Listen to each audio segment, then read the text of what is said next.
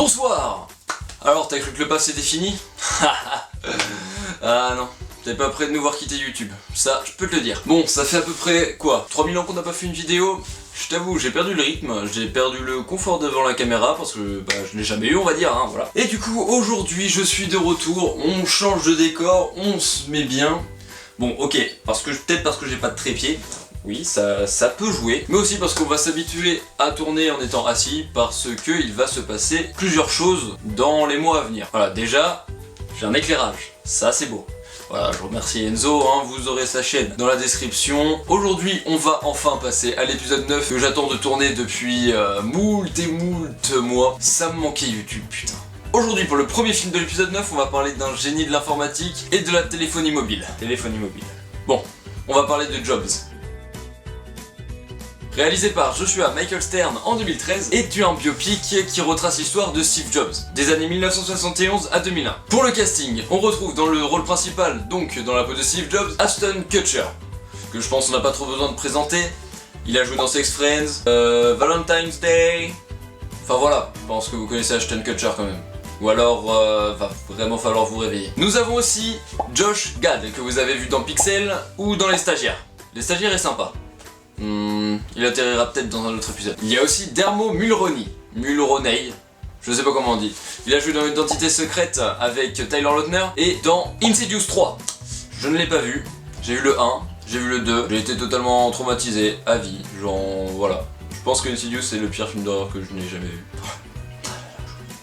Nous retrouvons aussi Matthew Modine que vous pouvez retrouver dans Full Metal Jacket, Dark Knight Rises et dans Stranger Things. Ah, je fais genre j'ai un accent anglais, MDR, j'en ai pas du tout. Et J.K. Simmons que vous pouvez retrouver dans Spider-Man 1 et 3, peut-être 1, 2, 3, je sais pas, j'ai noté ça comme une merde dans ma fiche. Du coup je me suis perdu, on adore. Mais vous pouvez aussi le retrouver dans La La Land, la comédie musicale qui fait un carton cette année, que j'ai envie de voir, que je n'ai toujours pas vu, et il va falloir que j'aille le voir. Faudrait que je le retrouve encore au cinéma. Il n'y a pas grand chose à raconter sur ce film. C'est une biopic, très bien réalisée, où on suit Steve Jobs. On apprend comment il a commencé à créer la marque Apple, d'où il est parti, avec qui il a commencé, qui a fait quoi dans l'entreprise, comment ça a fait pour monter, ce qui a été créé avant vos iPhones à 1200 €. Tu vois, c'est ce côté-là qui est intéressant. C'est le côté, maintenant t'as un iPhone 5S ou 7 pour les beaucoup plus riches, voilà, alors qu'avant, les Macintosh, c'était un bail de Minitel, t'as vu. Voilà, maintenant on part sur des téléphones grands comme ça, au prix d'un putain de SMIC, voilà.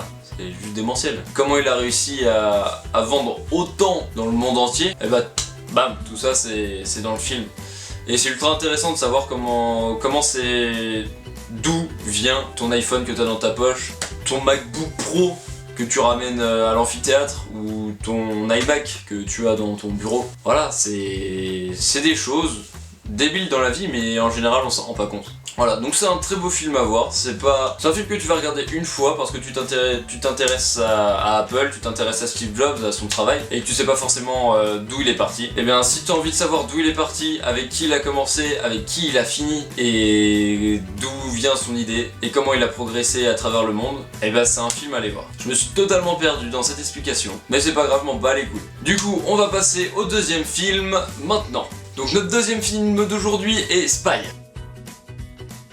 Réalisé en 2015 par Paul Feig, Spy est une comédie américaine d'espionnage. Pour le casting, on peut retrouver Melissa McCarthy que vous pouvez trouver dans Arnaque à la carte ou Les Flingueuses. On retrouve aussi également Jason Statham, connu pour ses films où il nique bien un maximum de daron, comme par exemple Le Transporteur ou encore Hypertension. Après, on retrouve l'actrice principale du film dont je citais tout à l'heure, qui m'a totalement traumatisé, Insidious. Ou alors qui m'a fait rire dans Nos Pires Voisins 1 et 2, Rose Byrne. Ouais, c'est un petit montage. J'ai oublié son nom. Vas-y, j'avais bien aimé ce que j'avais dit avant. Et le plus beau, le magnifique, le grand Watson, Jude Law, du coup connu pour son rôle dans Sherlock Holmes 1 et 2. Pareil, qui est donc interprète Watson, comme je l'ai dit il y a 30 secondes.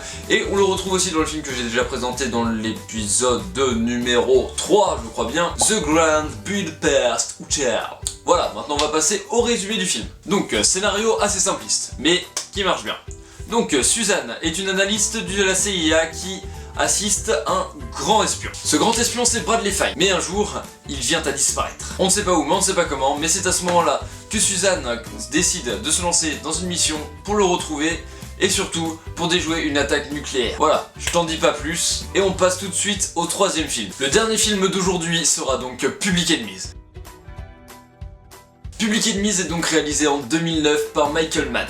Alors, c'est l'adaptation du livre de Brian Brenoug, Public Enemies, America's Greatest Crime Wave and Birth of FBI. Voilà. Plutôt long comme titre. Voilà, bon, j'étais obligé de garder ma fiche là, hein, je vais pas vous mentir, c'était chaud.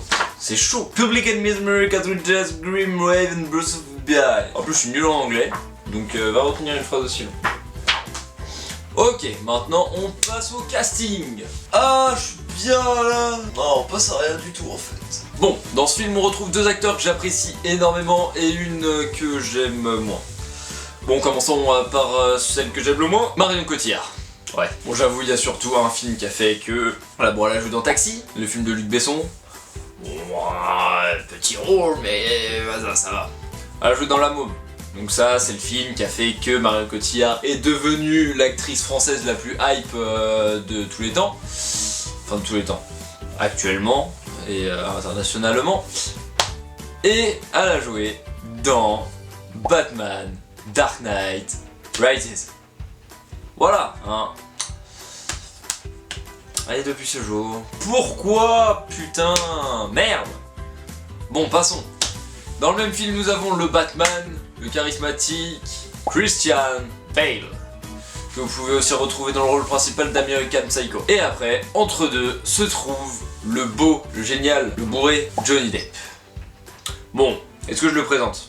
Bon allez, il a joué dans beaucoup de Tim Burton. Il a fait Dark Shadow, fait Alice au Pays des Merveilles, Romain d'Argent, Sweeney Todd, Pirates des Caraïbes, Lone Ranger. Moi je m'arrête là, c'est bon, t'as compris, tu sais qui c'est de toute façon. Pourquoi je te le présente?